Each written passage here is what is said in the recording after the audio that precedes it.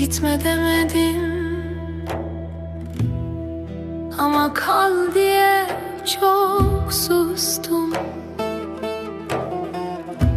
Esinli temel, gidişin hala içimde yarım. Adını anınca titrer yarım. Bir fotoğraf kaldı elimde, gülüşün hala benimle sanki.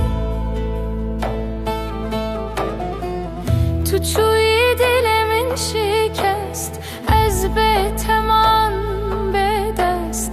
Naveteli dilemine, esin cişte hezdi kim. Gittiğin yerde unutma beni. Jiminre bir neke ezip ömrüm. Ben seni hala seviyorum. Esin cişte hezdi kim.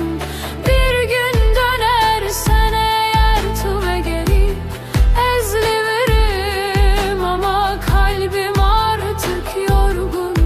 Dilimin edişi kestiye. Geceler sensiz ağır geçiyor, her şarkı seni hatırlatıyor. Sanki dünya durmuş benim için. Sen giderken ben de bitiyorum.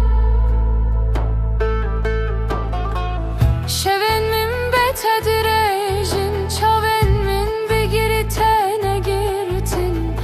Ez her roştare ki dimirim tunizani halemin çavaya. Gittiğin yerde unutma beni. Jiminre bir neke ezip ömrüm. Ben seni hala seviyorum. Esin cişte hezdi kim. Belki de hiç dönmeyeceksin. Belki tukatnayı. Ama ben hep aynı yerde kalacağım. Esertimli ben datemem. Gittiğin